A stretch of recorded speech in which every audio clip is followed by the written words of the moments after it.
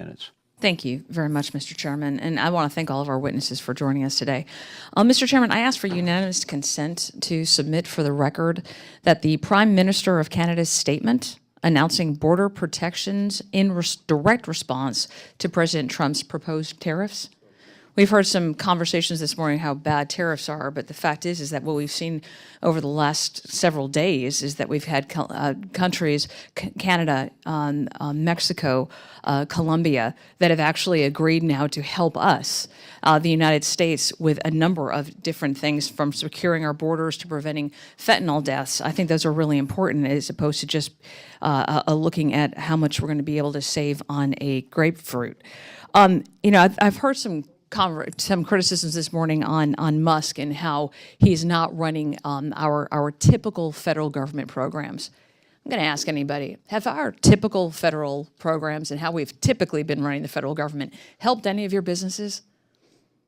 Or has it gotten us into $36.22 trillion of debt and $2 trillion deficit? We added $1.4 trillion of regulations the last four years onto our small businesses. And Ms. Moon, I'm assuming that you appreciate the additional $1.4 trillion of extra money that businesses are having to spend, including and especially small businesses.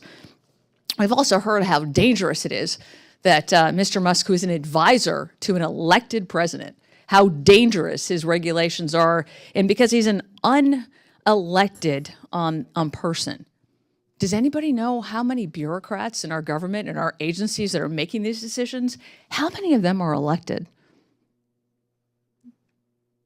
Ms. Moon? He's not been confirmed by Congress. He's an advisor to the president. He does not, it's not part of the cabinet, not necessary for confirmation. But even people who are confirmed are not elected. But what we have seen is so many of these bureaucrats over and over again are making the decisions.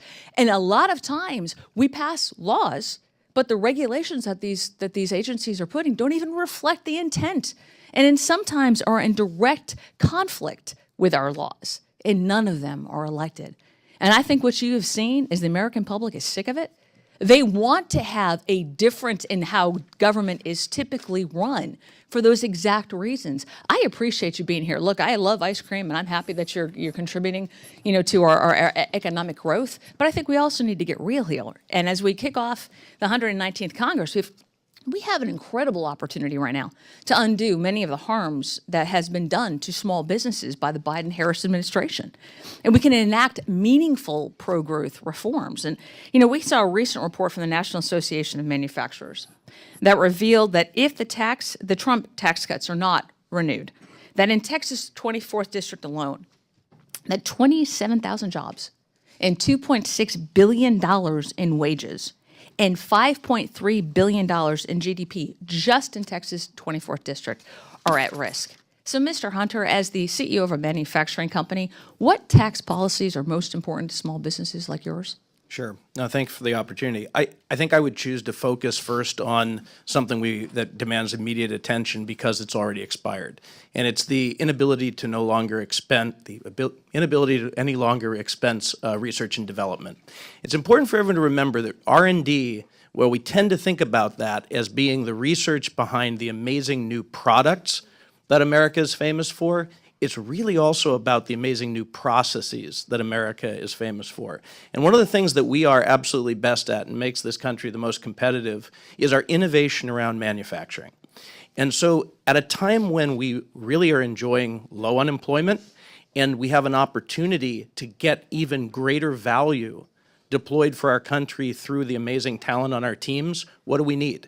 We need to have the ability to invest in capital equipment that unleashes their capability and puts new productivity in the hands of our people.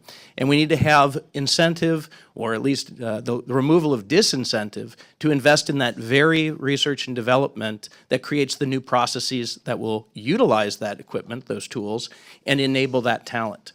The upshot of all of this is not just continuing to preserve and strengthen American competitiveness economically, supporting our defense industrial base, always something I'm happy to talk about.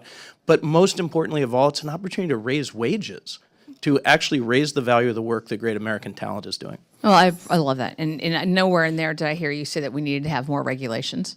In response to concerns that I've heard from small businesses in North Texas and actually around the country, I reintroduced yesterday the Small Business Regulatory Reduction Act. And I'm looking forward to looking at those cost regulations to small businesses and require that the SBA ensure that the regulations are cost neutral. And with that, I yield back.